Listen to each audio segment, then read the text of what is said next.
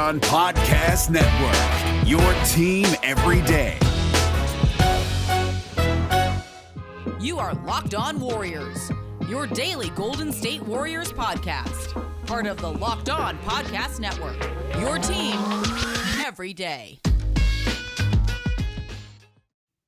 Welcome to Locked On Warriors, your daily podcast on all things Warriors. I'm Wes Goldberg, the Golden State Warriors beat writer for the San Jose Mercury News. And what we do here every single day, Monday through Friday, is talk about the Warriors. And we have a big week coming up. The NBA draft is on Thursday. The Warriors hold the 7th pick and the 14th pick in Thursday's draft. So we're going to talk about all of that today and throughout the week. Make sure to tune in daily for the latest intel, mock drafts, all these things regarding the Warriors and what's going to happen on Thursday night. And, of course, we will have you covered after Thursday night with a detailed breakdown analysis of what it is that the Warriors do with those picks and how that is going to affect their offseason and in free agency. So we're going to have all of that throughout this really big week. And we kick off this week talking about a couple of big topics. Number one, what are the Warriors going to do if they try to trade these picks? They have been very open about the fact that they are shopping number 7 and number 14, looking for all-star caliber type of help. Maybe a starter level player would be what they would be willing to settle on. But then reports over the weekend detailing that Bradley Beal is maybe on the cusp of asking for a trade from the Wizards. And if that's the case, then you would have to imagine that the Warriors are going to be interested.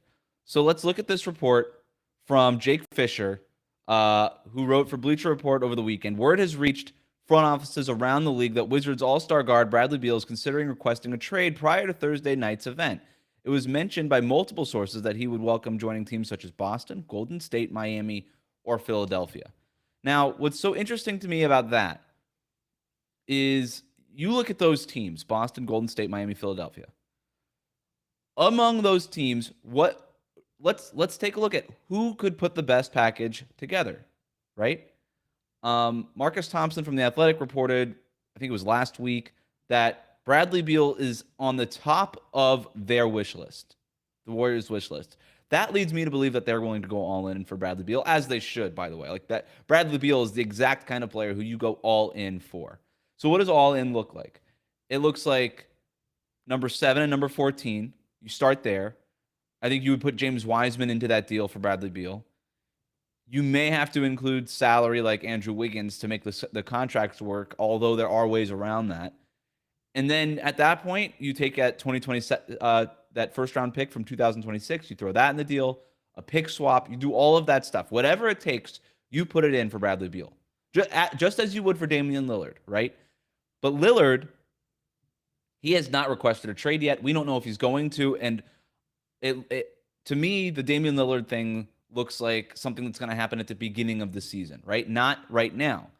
And you look at all these reports, it sounds like Bradley Beal wants to make a decision before Thursday's draft because he realizes, hey, if I want to get out of here soon, then requesting a trade before Thursday so that whatever team I want to go to has draft picks that they can move in the near term for me in a deal, well, that's going to be more beneficial to me, more helpful for me getting out of Washington than waiting. Where Damian Lillard, and look, Bradley Beal, Damian Lillard, both of them, what they have in common is that they have, for a long time, wanted to make it work with their current organizations. The Wizards are much as Portland is a mess right now. Portland's much closer to competing than the Wizards, right? I mean, you look around, if you're Bradley Beal and you're looking around and you see Brooklyn, Milwaukee, Philadelphia, Boston, all these teams, and you're like, look, I've tried for years to make it work in Washington, and we got Russell Westbrook last year, and we were basically a play-in team. Like, what gives? You know, if you're Bradley Beal, at some point you have to recognize, like, if you want to win at a high level, it's just not going to happen with the Wizards. It's not going to happen. So I think that Beal, if Beal and Lillard are moved, I think Beal is moved before Damian Lillard is. To me, I think Damian Lillard, there's more to work with the Trailblazers. They have the C.J. McCollum trade piece that they could use. We'll see what happens. They've been known. Look, Neil Olshey has not made really great deals, but he's been known to make deals, right?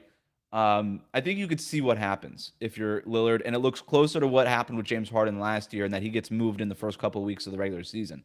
Now, if that's the case, I don't think the Warriors have much of a shot to get Damian Lillard because they will have already used the 7 and 14th picks on either rookies or in another deal. And there's just not that many assets that they could put together. Like, I don't know if you're Portland, if the 7th pick and the 14th pick and James Wiseman is enough, right? I think if you're the Trailblazers, you're looking more like Ben Simmons or somebody, a guy who can walk in and help you right away. I don't know that the Warriors have the assets to get a Damian Lillard trade done. Meanwhile, I think if you're the Wizards and you're moving Bradley Beal, you are looking for the hard reset in a way that Portland might not be looking for that. You're looking for the hard reset and having the 7th pick, the 14th pick, and James Wiseman, in addition to some of the players that you've taken over the last few years, like Deni Avdija, Rui Hachimura, and whatever you could get for Russell Westbrook, because I would imagine you'd probably trade him too, but maybe not. I don't know. That to me seems more enticing. But the Warriors kind of have to make that deal within the next few days, because once that's done, and we'll talk about it, like what options they'll have at 7. Like if you're able to get a player who looks really good at 7 and at 14, then maybe it doesn't really matter. But if you're the Wizards, you want to make those picks at 7 and 14, right? You don't want another team picking for you. And if you're the Warriors or whatever team is trading for Bradley Beal, you either want to know, hey, are we getting Bradley Beal, or do we need to make the most out of these picks and get guys who could play right away? Especially in the case of the Warriors, right? Because at 7 and 14, if you're looking for guys who can help Washington rebuild, that's a very different player, and you're making a very different kind of selection with those picks than saying, well, you know what, we're probably not going to get Bradley Beal, so let's go ahead and get the guys who can play right away and help us sooner rather than later. So for a lot of reasons, if the Warriors want Bradley Beal, and if Bradley Beal wants to play for the Warriors, it has to happen in the next 3 days, basically, right? It has to happen by Thursday night, before the Warriors make their pick at number 7. Let's look at another report here. Adrian Wojnarowski, the Golden State Warriors have said that they do not have interest in Ben Simmons. They prefer to wait for Bradley Beal's decision, even if they have to select their picks on draft night. So that tells me now that the Warriors probably aren't going to dramatically shift what it is they do on draft night unless they have really good intel on Beal based on whether or not they can get him or not, right? So there's been a lot of conversation. Would the Warriors take Jonathan Kuminga if he was there at 7? I still think that they would have to. It would be really hard to pass on Kuminga because of the value he represents. Not only in a trade, but because of the upside and all those things. And I think if you took Kuminga, if you're the Warriors, there's a world where you can let him play in the G League for half the season and then bring him up or whatever. I actually think Kuminga's stock has taken too much of a hit. I think that, look, he reclassified. He's a year younger than a lot of the guys in this draft, and he was playing in an adult, literally an adult league with the G League Ignite program. I always thought he was going to look bad. And you have to wonder, if he played in college, would he still be a sure thing in the top 5 as opposed to possibly slipping all the way to 7 or even past that if the Warriors want to pass on Kuminga? I think you have to take him if you're the Warriors at 7. Regardless of who else was on the board, as long as it's not one of the other top 5 guys on the board, you've got to take Kuminga at 7 because of the value it represents. It's just so hard to pass that up. And I don't think he could play right away. I think he's a couple of years away from being a really impactful NBA player, but you could play him in the G League for a while, or if you do end up packaging him with some other stuff in a deal, he looks a lot better in a trade than even like Davion Mitchell or Franz Wagner or Moses Moody or Josh Giddey, some of these other guys that have been talked about at number 7. So I think you would have to take Kuminga. I think you would absolutely have to take Kuminga. The Ben Simmons thing there is interesting, but I do want to take a quick break here to talk about Built Bar. Did you know that Built Bar has a ton of delicious flavors? There's something for everybody. When you talk to a Built Bar fan, they're definitely passionate about their favorites. And if you don't know the Built Bar flavors, well, you're missing out. Coconut, cherry barcia, raspberry, mint brownie, double chocolate, salted caramel, strawberry orange, cookies and cream, German chocolate. My personal favorite lately has been the strawberry. It's one of their newer flavors. It's absolutely delicious. You can't go wrong with basically strawberry or chocolate-covered strawberries, and that's basically what you're getting with that Built Bar. If you haven't tried all of the flavors, you can get a mixed box where you're going to get 2 each of the 9 flavors, so that'll help you pick your favorite or your several favorites. I have like 4 or 5 boxes of Built Bars of some of my favorites in the refrigerator right now. Not only are Built Bars the best tasting protein bars, but they're healthy too. Check out these macros: 17 to 18 grams of protein, calories ranging from 130 to 180, only 4 to 5 grams of sugar, only 4 to 5 grams of net carbs, amazing flavors, all tasty, all healthy. So go to built.com and use that promo code LOCKED15 and you'll get 15% off on your next order. Again, use the promo code LOCKED15 for 15% off at builtbar.com.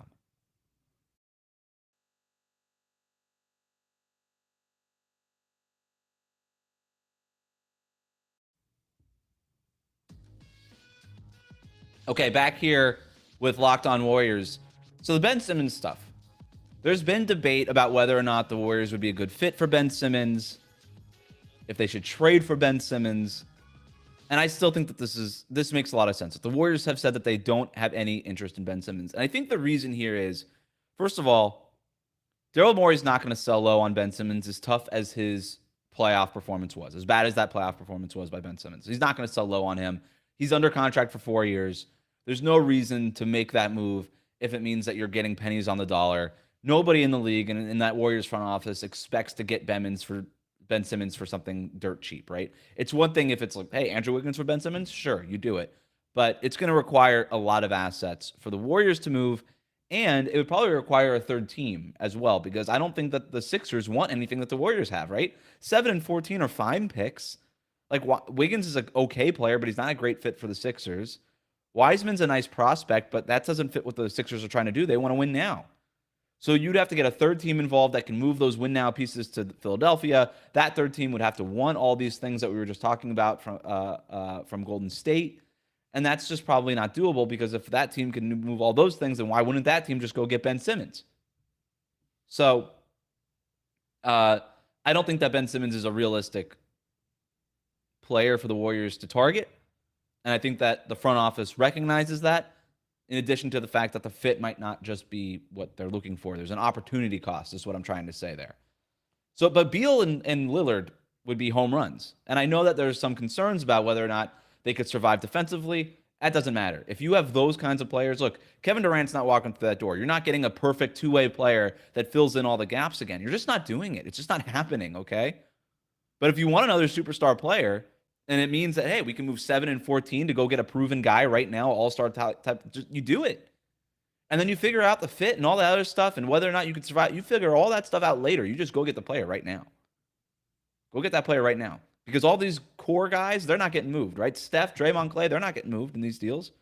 So everybody else is touchable, right? Like, nobody else is off the table. Move whatever you got to move to go get one of those guys. And I think the Warriors would.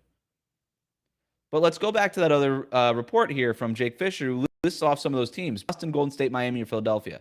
I think if Philadelphia were to put Ben Simmons on the table, which I think they would in any Bradley Beal or even Damian Lillard type of trade, I still think that if you're Washington, you go with Ben Simmons, understanding that, hey, this is a guy we can build around. He's got franchise type of talent. Maybe he needs a change of scenery. I think if the Warriors, look, I think 7 and 14 and Wiseman are nice. Wiseman's stock has dropped. I think it depends from every front office if they're all in on Wiseman or not. It really depends on what they think of him as an asset. There's no blanket statement there.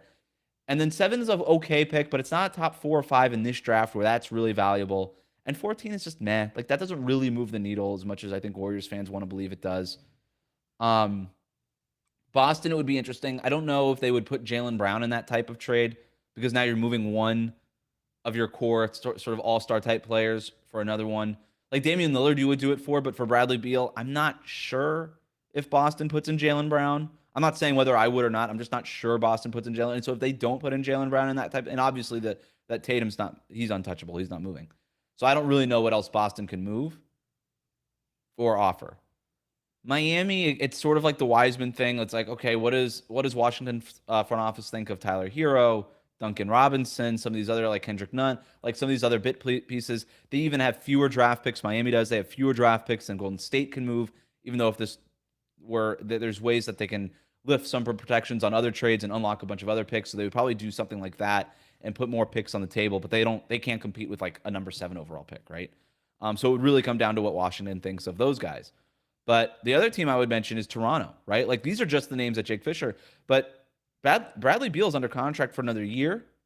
So he does have some leverage here as far as, hey, I'm not going to go there because I'm not going to re-sign there, right? Like the Kawhi Leonard situation, like the Anthony Davis situation that we've seen.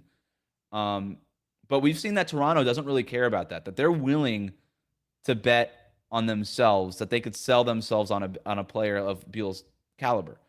And the number 4 pick,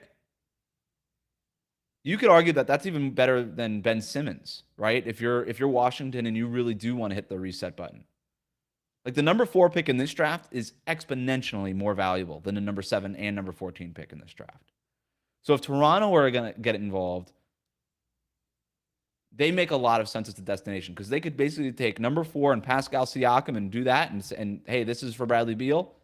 And if you're Washington and you're sitting there with, okay, maybe we do Wiseman 7, 14, and Wiggins or something like that. Or we've got, on the other hand, Ben Simmons, and that's it. Or we can get Pascal Siakam and the 4th pick in this draft. And we still have all these young players that we had from the last few drafts. I don't know. I think it's really worth thinking about, especially if you can get a guy like Jalen Suggs in the building, who's clearly of the top tier in this draft. Okay. So I don't know where that puts the Warriors. I think that there's obviously an understanding and acknowledgement that, hey, moving on from these picks is probably best. The last that I've talked to people in the Warriors front office, they do want to make a move, right? Steph, Clay, Draymond, they have made it known, hey, if we can do it, let's make a move that helps us win right now. We are sick of missing the playoffs. We want to be back to being contenders, and the Warriors as an organization owe it to them to do that. But I still think right now, and look, anything can change, right? This stuff changes so quickly. But right now, I think it's still most likely that the Warriors end up making the selections at 7 and at 14. That's what we're going to talk about here next on Locked On Warriors. BetOnline is the fastest and easiest way to bet on all of your sports action. The NBA playoffs or baseball season is in full swing, and you could track all of the action at BetOnline. Get all of the latest news, odds, and info for all of your sporting needs, including MLB, NBA, NHL, and all of your UFC and MMA action. Before the next pitch, head over to BetOnline on your laptop or mobile device and check out all of the great sporting news, sign-up bonuses, and contest information. Don't sit on the sidelines anymore, as this is your chance to get into the game as teams prep for their runs to the playoffs. Head to the website or use your mobile device to sign up today and receive your 50% welcome bonus on your first deposit when you use the promo code LOCKEDON. BetOnline, your online sportsbook experts.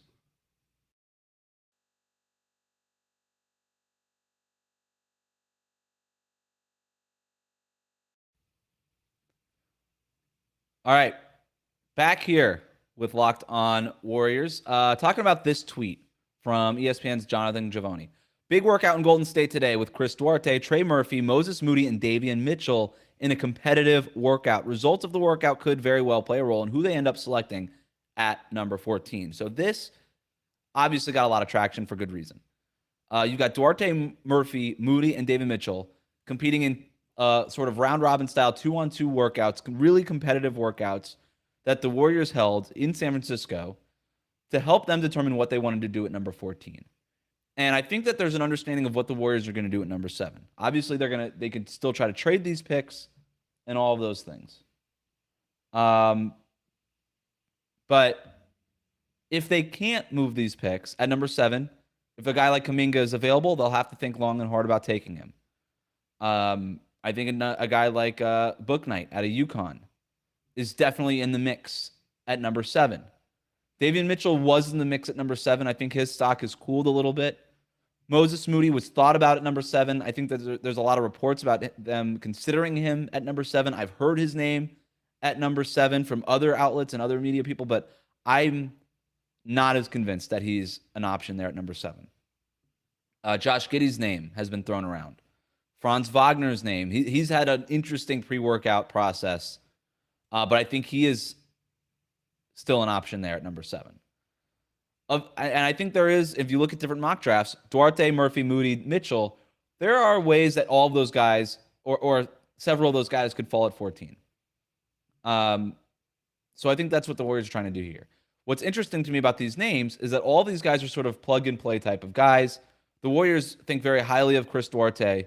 I think of this group, I think they would prefer that Mitchell has the least chance of falling all the way to 14. I think they would take him if he were there at number 14. He was in consideration at one point at number 7. But if he was there at number 14, I think they would be really excited about that. Duarte, to me, would be the next guy that I would take, and then probably Moody, and then probably Murphy at that point.